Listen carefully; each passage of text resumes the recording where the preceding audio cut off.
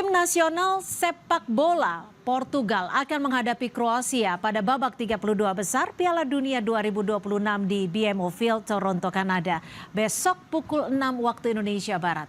Pertandingan ini diperkirakan menjadi salah satu duel paling menarik di fase gugur karena mempertemukan dua kekuatan sepak bola Eropa. Sekaligus membuka kemungkinan pertemuan terakhir dua ikon generasi Cristiano Ronaldo dan Luka Modric di panggung Piala Dunia.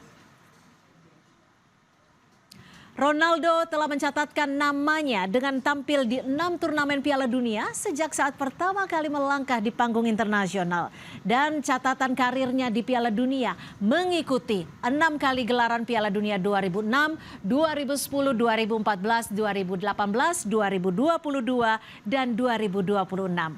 Di 6 turnamen itu tercatat CR7 melakukan 25 penampilan dengan catatan bermain 2035 menit. Ronaldo mencetak 10 gol dan 2 assist.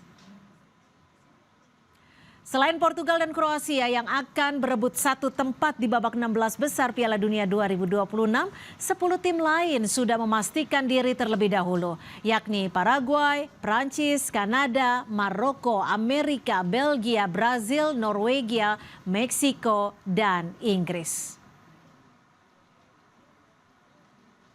Dan saudara, kita melihat seperti apa kans Portugal melalui Ronaldo dan kawan-kawan dalam lanjutan Piala Dunia menghadapi Kroasia. Kita akan bahas bersama analis sepak bola Bung Moses Sosa yang sudah hadir di studio Kompas TV. Silakan Bung Moses, apa kabar? Baik, sore Mbak Gimana Cynthia. kalau kita melihat bagaimana pertandingan Piala Dunia dan kiprahnya Ronaldo yang akan kita saksikan bersama-sama beberapa jam lagi ke depan? Ya tentu saja Ronaldo ini memang menjadi highlight ya, menjadi spotlight karena dia adalah pemain pertama yang bisa tampil di 6 Piala Dunia. Iya. 6 edisi Piala Dunia sejak 2006 ya.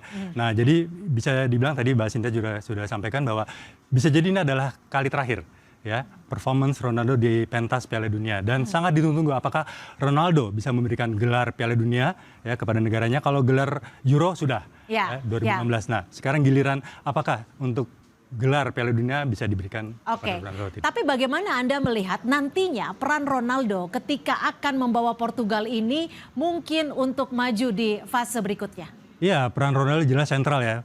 Ya, pelatihnya sendiri Martinez juga sudah mengatakan bahwa Ronaldo meskipun sudah 41 tahun tetap dibutuhkan perannya. Staminanya juga masih kuat. Betul, ya. masih kuat bermain 2 kali 45 menit dan ya kepemimpinan. Jadi leadership ya dibutuhkan di tim ini. Jadi memang peran Ronaldo ya di tim itu tidak cuma urusan teknis, tapi non teknis. Seperti itu. Jadi dia bisa membangun, bisa membawa teman-temannya untuk bisa tampil bermain lebih bagus. Anda yakin Ronaldo mampu membawa timnya untuk maju ke 16 besar? Peluang itu ada ya, karena mereka punya motivasi tinggi ya. Untuk urusan non teknis yang tadi saya sampaikan ya, terkait dengan Diogo Jota kalau Mbak Cynthia tahu ya, ini tepat 1 tahun kepergian ya meninggalnya salah satu pemain mereka Diogo Jota. Ini bisa jadi motivasi tersendiri ya buat Ronaldo dan rekan-rekan satu timnya di Portugal untuk bisa mempersembahkan ya trofi Piala Dunia ya untuk rekannya. Bahkan kalau bicara soal Diogo Jota, ini juga mendapat perhatian dari pemimpin negeri mereka, memberikan perhatian khusus lah. Bahkan memang ini waktunya Portugal untuk bisa. Oke, tapi gini Bung Moses, kalau kita lihat di Kroasia, ini kan ada Modric yang pada Piala Dunia 2018 bahkan tembus ke final. Apakah Modric dengan timnya ini mampu ataupun mempunyai kesempatan yang sama? Ya, kalau di Portugal ada Cristiano Ronaldo, CR7, di Kroasia ada Modric. Ya, 40 tahun, sudah kepala 4 ya.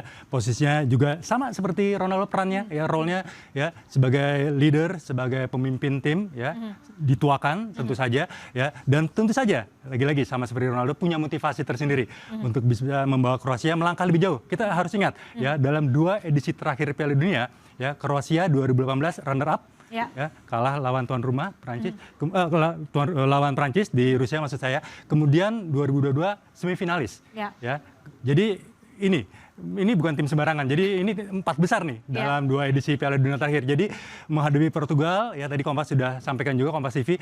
Selain laga berhasil lawan Jepang ya, ini adalah salah satu laga yang paling paling menarik Dinantikan ya, ya, di paling 32 menarik. besar ya. Selain Brasil lawan Jepang ya, dua kekuatan Eropa. Dan kalau kita spotlight ya Ronaldo versus Modric. Oke, kalau tebak skor nih Bung Moses, kira-kira mana yang akan lebih unggul dan di menit keberapa sekiranya di gol pertama ini bisa dilakukan dari kedua tim? Ya biasanya kalau tebak skor ini di segmen terakhir ya, wawancara ya, di akhir-akhir baru ditanyakan. Baik, kalau saya lihat ya, pertandingan akan berlangsung ketat, tentu saja. Ya, Portugal akan mengambil inisiatif untuk mengendalikan permainan, untuk mengontrol permainan. Mereka punya karakter itu. Ya, sementara untuk Kroasia sendiri, ya dengan materi pemain yang ada, ya mereka dua di tengah itu ada Kovacic, ya double pivotnya dengan Modric. Tentu mereka akan bermain menunggu. Ya, bisa jadi besar kemungkinan ya mereka akan bermain low block, pertahanan mereka low block, jadi benar-benar menunggu di sepertiga pertahanan ya dan sekali memanfaatkan serangan balik. Ya, jadi pertandingan akan berlangsung ketat ya. Kalau misalnya kita bicara 2 kali 40 menit ya, saya pikir kalaupun ada tim yang keluar sebagai pemenang, skornya pasti akan tipis. Akan tipis ya, karena laganya akan sangat panas sekali ya. Dan kita harus ingat sudah ada 2 laga ya, 3 laga sebenarnya yang dituntaskan lewat perpanjangan waktu. Ya, 2 laga dituntaskan lewat adu penalti, sementara tadi pagi Belgia menghadapi Senegal lewat perpanjangan waktu. Dan artinya kita akan nonton sama-sama besok pagi jam 6, nggak perlu begadang ya artinya ya. Nggak perlu, bisa tidur dulu. Bisa tidur dulu, bangun pagi segar. Oke, terima kasih Bung Moses sudah memberikan perspektifnya dan hitung-hitungannya juga. Terima kasih Bung.